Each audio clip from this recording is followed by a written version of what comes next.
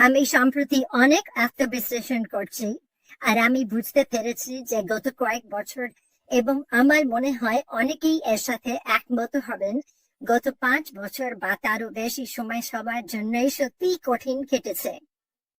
অনেকেই হয়তো ব্যক্তিগত কিছু চ্যালেঞ্জের মুখোমুখি হয়েছেন ও পরিবারের সদস্যদের হারিয়েছেন। এমন অনেক কিছুই ঘটেছে যা একজন মানুষকে নিজের মধ্যে গুটিয়ে নিতে পারে এবং হয়তো আশেপাশের বিষয়গুলো নিয়ে ততটা সচেতন না থাকতে পারে। বুঝতেই পারছেন, যেমন ধরুন, একটা ভালো উদাহরণ হতে পারে বাগান, বাড়ি পরিষ্কার করা, এই ধরনের জিনিসপত্র। তাই এটা এটা এটা আমাকে ভাবতে বাধ্য করেছে।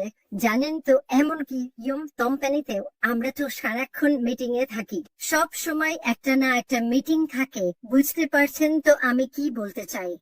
তাই আমাদের ব্যক্তিগত জীবনের অনেক কিছুই অবহেলিত হয়ে যায়, কারণ সবসময় মনে হয় এর চেয়ে ভালো কিছু করার আছে, যেমন পরিষ্কার পরিচ্ছন্নতা বা রক্ষণাবেক্ষণ এসবের চেয়ে। তাই আমি এটা নিয়ে ভাবছিলাম, আর ভাবলাম, দেখো, আমরা তো এখন এক ধরনের বিরতিতে আছি, আর এটা কতটা উপযুক্ত সময় আমাদের ব্যস্ত থাকার জন্য এবং আমাদের জীবনটা একটু চারপাশে তাকিয়ে দেখার জন্য। কোথায় কোথায় হয়তো আমি কিছু অবহেলা করেছি, আর আর কোথায় কিভাবে আমি সেটা পরিষ্কার করতে পারি বা সরিয়ে ফেলতে পারি, যাতে নতুন কিছু আসার জন্য জায়গা তৈরি হয়, যেটা সামনে আসছে। এখন আমার বাড়িতে কিছু মেরামতের কাজ চলছে, তাই গত কয়েকদিন ধরে আমি প্রচুর পরিমাণে গাছের ডালপালা ছাঁটাই করছি, পরিষ্কার করছি। যেমন ধরো, বিষাক্ত আইভি গাছ সরিয়ে দিচ্ছি, কারণ আমাদের বাড়িতে কিছু কর্মী আসবেন এবং বারান্দার আশেপাশে কাজ করবেন। তাই আমাকে ওগুলো পরিষ্কার করতে হচ্ছে যাতে তারা সহজে সেখানে ঢুকতে পারেন। তাই এটা আমার মাথায় ঘুরছে সব সময়। আমি ভাবছি, ওয়াও, আমি কিভাবে এসব জিনিস এভাবে অবহেলা করলাম। তুমি তো বুঝতে পারছো আমি কি বলতে চাই। আর আমি গত কয়েক বছরের দিকে তাকিয়ে ভাবি, জানো, আমার মন তো অন্য কোথাও ছিল। আর তাই এই সময়টা আমাদের জন্য একদম উপযুক্ত, যেটা আমরা পেয়েছি। আমরা যখন এই পরবর্তী ধাপের জন্য অপেক্ষা করছি, এটা আমাদের জন্য একটা সুযোগ, আমাদের জীবনটা একটু চারপাশে দেখে নেওয়ার আর ভাবার, আমি কি করতে পারি পরিষ্কার করার জন্য, জায়গা তৈরি করার জন্য, মানে এই অপ্রয়োজনীয় জিনিসগুলো সরিয়ে ফেলার জন্য। এত কিছু আছে, এত কিছু আমরা করতে পারি, যাতে যখন আবার সবকিছু এগোতে শুরু করবে, তখন আমরা পরিষ্কার, স্বচ্ছ আর প্রস্তুত থাকি একটা মসৃণ পথের জন্য। আর আমাদের পেছনে না থাকে পুরনো দিনের আবর্জনা বা অবহেলিত কাজের বোঝা, যা আমাদের টেনে ধরে রাখে। আমরা সঙ্গে সঙ্গে দৌড়ে শুরু করতে পারবো। তাই এটাই। ওহ, আমার মনে হয় আমার ভাবনা হলো এটা সত্যিই গুরুত্বপূর্ণ। বোঝা আমরা এখানে কি বলতে চাইছি, আর সেটা হলো আমার জন্য এটা পুরোপুরি পরিষ্কার করা, গুছিয়ে নেওয়া আর প্রস্তুতি নেওয়া নিয়ে।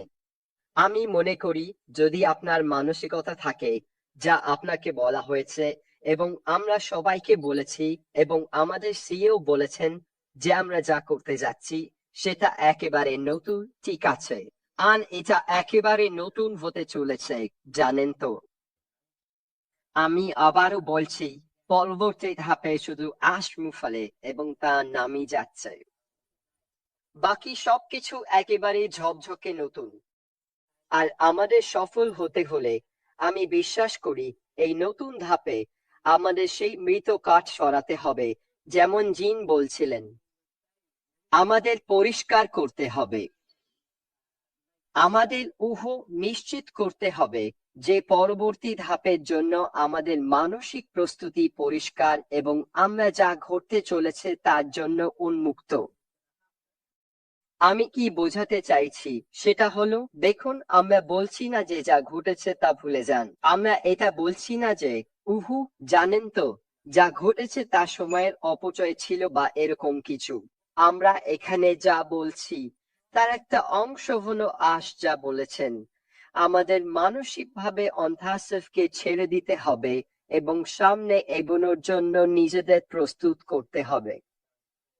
এটা শুধু আমাদের চারপাশ পরিষ্কার করা বা গুছিয়ে রাখার ব্যাপার নয়, এটা মাথার ভেতরের পরিবেশ, মানসিক দিকটাও পরিষ্কার করার ব্যাপার। তাই সত্যি খুব গুরুত্বপূর্ণ যে আমরা মানসিকভাবে যা ঘটছে তার জন্য প্রস্তুত হই। আমাদের কি জানতে হবে কি ঘটছে? না, আমরা করি না। এটা আমরা এখন যা বলছি তার জন্য কোনো গুরুত্বই রাখে না। আমরা এখানে যা বলছি তা হলো পুরনো বিষয়গুলোতে ফিরে যাওয়া, আগে বলা কথা আবার তুলে আনা, যেমন এটা কি হবে, ওটা কি হবে। এভাবে ভাবা মানে অতীতকে ছেড়ে না দেওয়া। এটা আসলে সবকিছু আবার টেনে আনা এবং যা আসছে তার বদলে আগের মানসিকতা ধরে রাখা। আমাদের যা করা দরকার তা হলো মানসিকভাবে নিজেদের নতুনের জন্য প্রস্তুত করা। আর তার মানে হচ্ছে আমরা যা দেখছি, যা শুনছি এবং যেভাবে জিনিসপত্র হবে তার জন্য খোলা মনে থাকা। নেতিবাচকভাবে না দেখে খুবই ইতিবাচকভাবে দেখা উচিত। এটা আগের চেয়ে আরো ভালো হবে। পরিবর্তন সবার জন্যই সব সময় অস্বস্তিকর। আসুন ঘুরিয়ে পেঁচিয়ে না বলে সরাসরি বলি, মানুষ পরিবর্তন পছন্দ করে না, তারা তাদের আরামদায়ক পরিবেশই পছন্দ করে। তারা এমন পরিবেশে থাকতে ভালোবাসে যেটা তারা চেনে, যেখানে তারা খুশি, যেটা তারা বোঝে। বুঝলেন তো, এটাই একজন মানুষের কমফোর্ট জোন। কিন্তু নানা কারণে পরিবর্তন দরকার। আমি আমার লাইফে নানা কারণ নিয়ে আলোচনা করেছি কেন পরিবর্তন দরকার এবং কেন আমাদের সেটা করতে হবে।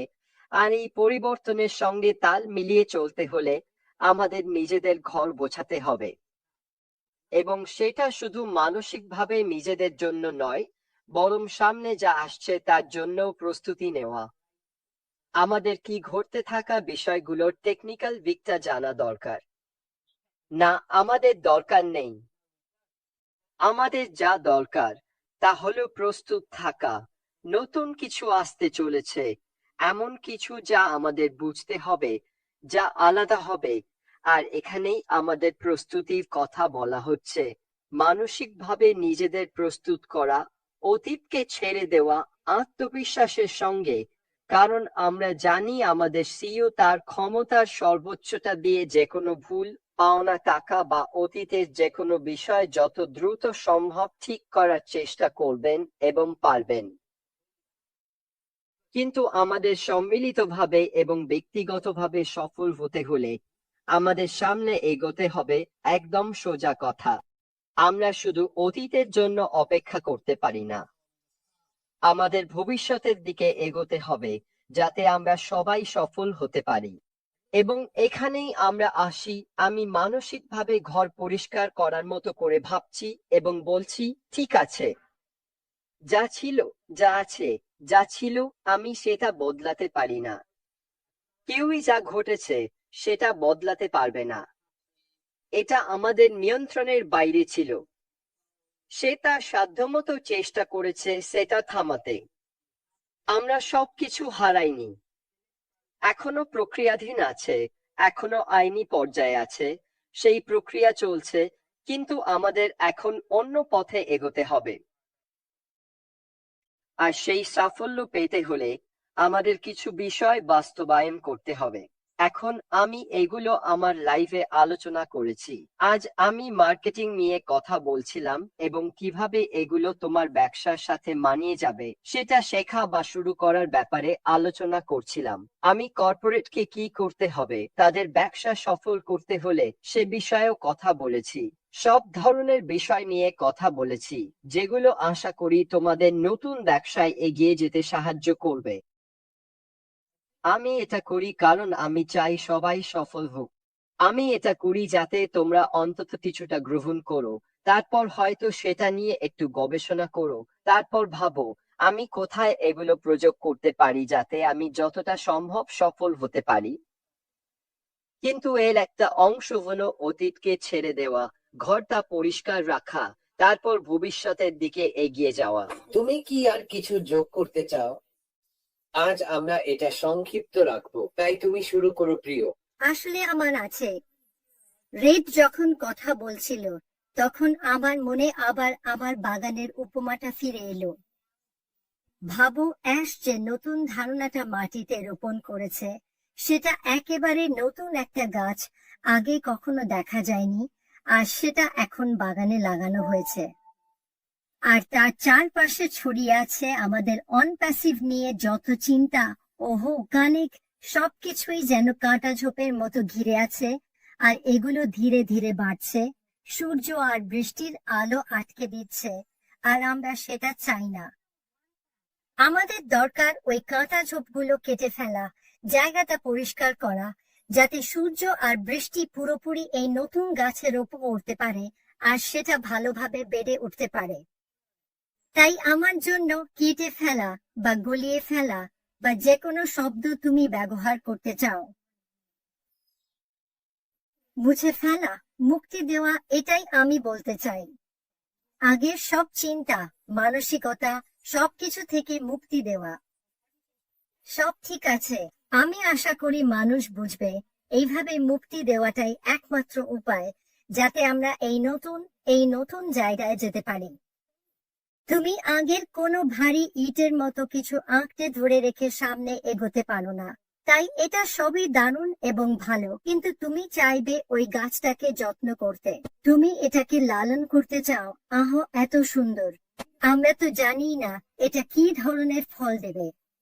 আমি এটা খুব খুব রোমাঞ্চকর মনে করি, কিন্তু যাই হোক, তাই হ্যাঁ, চলো সবাই মিলে অতীতকে ছেড়ে দিই, সামনে এগিয়ে যাই, আমাদের বাগানগুলোকে যত্ন করি, আমাদের জীবনে আমাদের মনে থাকা যে কোনো ধরনের জানোই তো, জঞ্জাল আবর্জনা ছেড়ে দিই এবং আমার লক্ষ্য হলো যত বেশি সম্ভব তোমাদেরকে সেই শুরু বিন্দুতে নিয়ে যাওয়া। এটাই আমার চূড়ান্ত লক্ষ্য, মানে নিশ্চিত করা যেন যত বেশি সম্ভব মানুষ আমাদের সঙ্গে প্রস্তুত থাকে এগিয়ে যাওয়ার জন্য। তুমি জানো, আমরা চাই না কেউ পাশে পড়ে যাক বা অন্য কোথাও চলে যাক, বিরক্ত হয়ে থাকুক। আমার আর সহ্য হচ্ছে না। এটা ধরে রাখার মতো কিছু নয়। এই সব উপমাগুলো আমার কাছে ঠিকঠাক মনে হয় না। তাহলে তুমি কেন এটা ধরে রাখবে? আচ্ছা, প্রথম এবং প্রধান কারণ হলো আমাদের সিইও এখনো ছেড়ে দেননি। তাহলে আমরা কেন দেব? এটাই আমার জন্য সবচেয়ে বড় কারণ। আমি ছেড়ে দিচ্ছি না কারণ উনি আমাদের নিরাশ করেননি। উনি চলে যাননি। উনি ব্যবসার জন্য এবং আমাদের জন্য যা অর্জন করতে চেয়েছেন সেটা ছেড়ে দেননি। তাহলে আমরা কেন ছেড়ে দেব? আরেকটা ব্যাপার হলো, আমি মনে করি আমাদের নিজেদের জন্য এটা শেষ পর্যন্ত দেখে নেওয়া উচিত।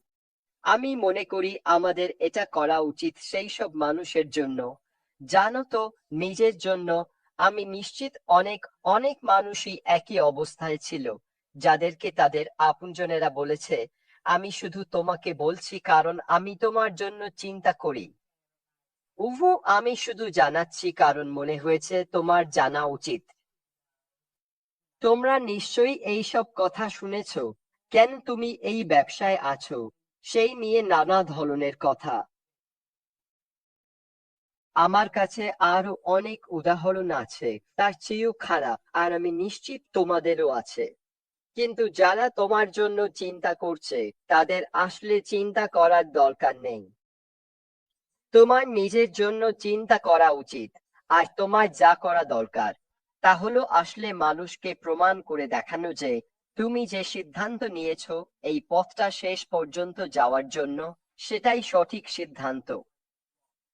আর সেটা তুমি কেবল তখনই করতে পারবে যদি তুমি নিজের পথে অটল থাকো। তুমি সেটা পারবে না যদি তুমি মাঝপথে ছেড়ে দাও। কেন? কারণ কেউ না কেউ বলবে তুমি তো কখনো টিকে থাকোনি, তাই তো। তুমি জানো, তুমি তো কখনো করোনি।